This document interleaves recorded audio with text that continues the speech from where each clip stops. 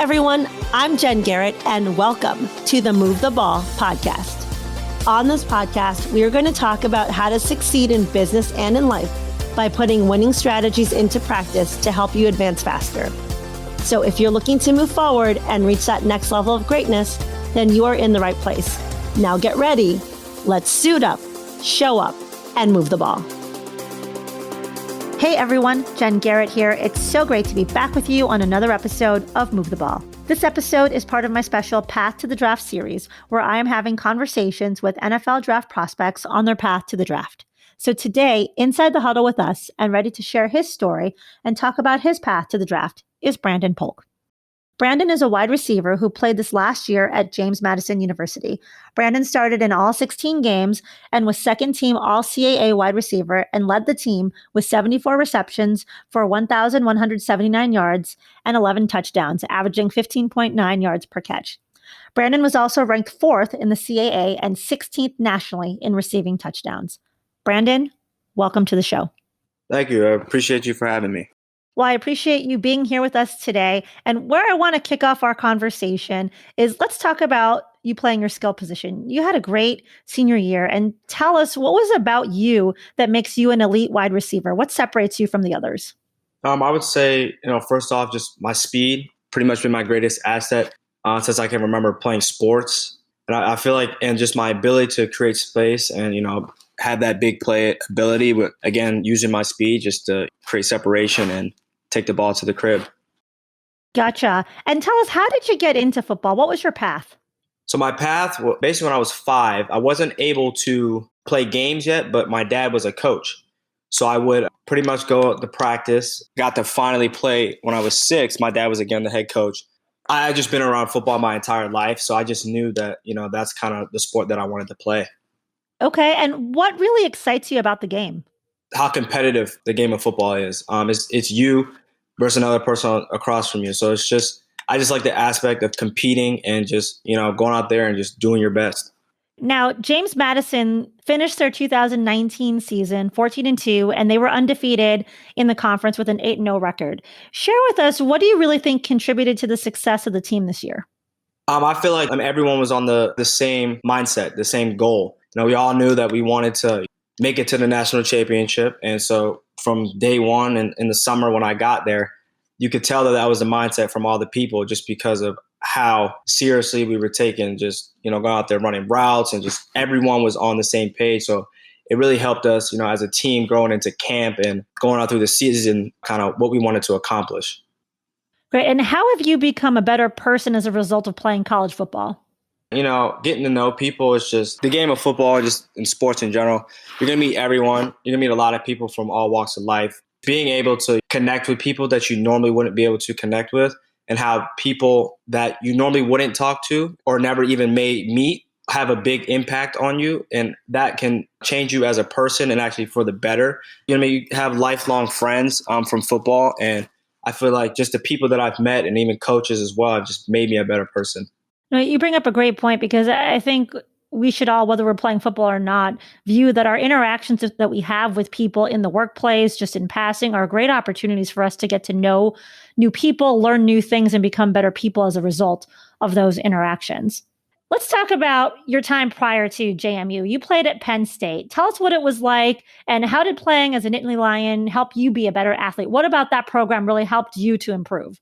I'll say again, the people that I met there. Saquon, I played high school football with Trace, but, Miles and Deshaun Hamilton, Chris Godwin, all those people that I watched there, kind of had a big impact on me the way I started to prepare this last season. Because I feel like I kind of took everything that I had learned from there and was like, I want to go or I want to be where they are. So in order for me to do that, I had to do things. For me, I would just pick out certain things from the group of people and kind of put it together and try to make my own routine. And I'd pretty much go every day, have my own routine. I'd wake up at a certain time. I would catch jugs. I would do certain things that I saw the people that were elite at Penn State do in order to get to the NFL. And I knew that's what I wanted to do. Great. Thanks for sharing that. Now, you suffered an injury while at Penn State back in 2016. How was that like for you? And what was your recovery process like? For me, obviously during the time, you're like, why me? Why is this happening? But I honestly think it was a blessing because that was the year we went to the Rose Bowl, the Big Ten championship. I got to sit back and watch Chris Godwin and Saquon and just got to actually see how they would practice. Because obviously, I mean, I saw Chris Godwin and Deshaun Hamilton, all them practices, they were receivers, but I never really got to see how Saquon practiced, how everyone else practiced because I was doing my own thing at practice. So with the injury, kind of, I sat back and even during games, like just listening to like what they're talking about, what they're seeing, and then being on the sideline, looking at the game. And then when they would come to the sideline, I'm like, hey, look, this is what I saw on this route. Like maybe you can do this. So it kind of helped me understand the game a lot better, just being able to see them on the field and how they're performing and how they were doing things. The recovery process, it wasn't too bad. I mean, it put me out a year, but I mean, it was just gradual. I mean, just had to strengthen my back pretty much at that point, and I mean, no problems after that. As human beings, we all make mistakes and missteps, and we all drop the ball or fumble the ball, whether on the football field or not. Can you tell us about a time where maybe you fumbled or didn't do something that you needed to do? It doesn't have to be in football, just in life. And how did you pick up and keep going? I would say the biggest thing for me actually was my last year at Penn State. I had started 9 games and was playing really, really well. And then I kind of had, the drops. I couldn't catch anything. I mean, it's just my focus when the ball was coming, it just wasn't there. So for me to kind of help me pick that back up was I spent all summer and every day at practice and everything catching football to make sure that was not a problem. Like I know I can catch the ball. I never had problems with drops ever. And when that happened, I'm just like, now it kind of put me to a place. I'm like, now I'm like thinking way too much about catching the football, and then everything else was falling. My ability to, kind of go out there and just find anyone to throw me the ball or even do it myself. I had I used like the tennis balls, and I would do things like that in the summer to help me not have to go through that again. And I feel like, that it worked out for me in the end. Now, aside from your athletic ability, what do you feel separates you from other football players out there? How are you different? I would just say my understanding of the game, my ability to read defenses, that's kind of a big thing in the NFL. I know it's a lot harder than college, but just being able to kind of have a pre-read and kind of go to the line of scrimmage with a game plan and kind of go off that. Because again, like as a receiver, the DB doesn't know what you're doing. So you got to kind of go out there, give them illusions, but just the understanding of, how to run your route, I feel like separates me. Got it. And share with us, what was your most memorable game and why was it memorable for you? I would say the Stony Brook game when we went to, I think it was double overtime. That was my first ever 100 yards reception game. And it came in a game where it ended up being really, really tight. So, it was a fun game to play. They were a great team. I mean, we came out at the end and came through with the W. But I mean, I think that was like one of the games where I was like, I love doing this. I'm enjoying doing every part of it. And that's when I feel like the team as a whole came together. Because when we knew that we came out of that one, I think that's kind of what led us on to, that championship run. Gotcha. And what habits have you implemented in your life over the last few years playing college ball that have really helped you to just be successful in all aspects of your life? I would say time management. That's what any sport, especially in college, just the ability to, have a lot of things going on and figuring out what is more important than others and kind of putting out the things that you want to do but don't need to do. And I feel like that has helped me in the long run with school and again with football, but like even just in life, just not doing things that like you don't necessarily need to do, but you want to do. I feel like that's the biggest part of the game of football has affected my life. Being able to manage your time effectively is really an important skill, no matter where you go in life. So thank you for sharing that. Now, what about a coach? Has there been a coach that has shared something with you that's really stuck with you as you continue to grow? I would say Coach Gaddis, he's with Michigan now. I think he's the offensive coordinator there.